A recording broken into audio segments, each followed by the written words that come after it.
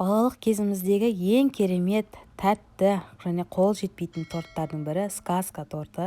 Үйдегі үлкендерге айтсаңыздар бірден біледі. Сол тортты жасап көрсетемін. Бізге жұмыртқаны ақуызынан ажыратып аламыз. Ақуызға қанттың жартысын салып, жақсылап миксерлейміз. Осындай өзінің формасын ұстайтындай болғаннан кейін сарыуызға қалған қантымызды салып, оны да ағарғанша миксерлейміз. Содан соң екеуін біріктіреміз. Сарыуызды бөліп, осылай салып, содан соң жоғарыдан төмен қарай бір бағытта ғана араластырамыз. Сол кезде біздің коржымыз үлкейіп, өзінің формасын ұстап пісетін болады.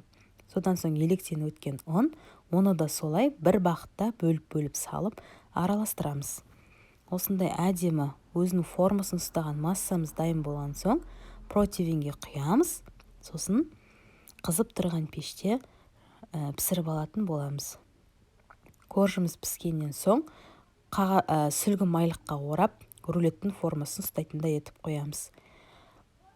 Бұл пісіп болам дегенше біз кремін дайындай береміз. Бір жұмыртқа, қант, сүтті жақсылап араластырып, орташа отта сарғыш түсті болғанша араластыра отырып дайындаймыз. Өзі қоюланады. Содан соң бөлек ыдысқа құйып, бөлменің температурасында суытатын боламыз. Мінекей біздің піскен коржымыз осындай түсті болады. Содан соң бөлме температурасында тұрған сары майды әдемілеп миксерлеп, заварной тестомызды біртіндеп отырып, бөліп құйып, кремін дайындайтын боламыз. Кремі дайын болғаннан кейін, міне оралған рулетімізді осылай ашамыз, жақсылап біркелкетіп қойып, пропитка жасайтын боламыз. Менде су және қанттан жасалған пропитка. Әдемілеп барлық жеріне тигізіп пропитка жасағаннан соң кремімізді салып, бір тегіс етіп жағып шығамыз. Содан соң ақырындап рулетіміз бөлініп кетпейтіндей етіп ораймыз. Сәл холодильникке сала тұрсаңыздар болады. Майымыз ортасындағы креміміз қатып, формасын ұстаған торт болып шығады. Осы аралықта алып қалған крем, осылай кішкене крем алып қалыңыздар. Соған какаоны қосып, шоколадты крем дайындайтын боламыз.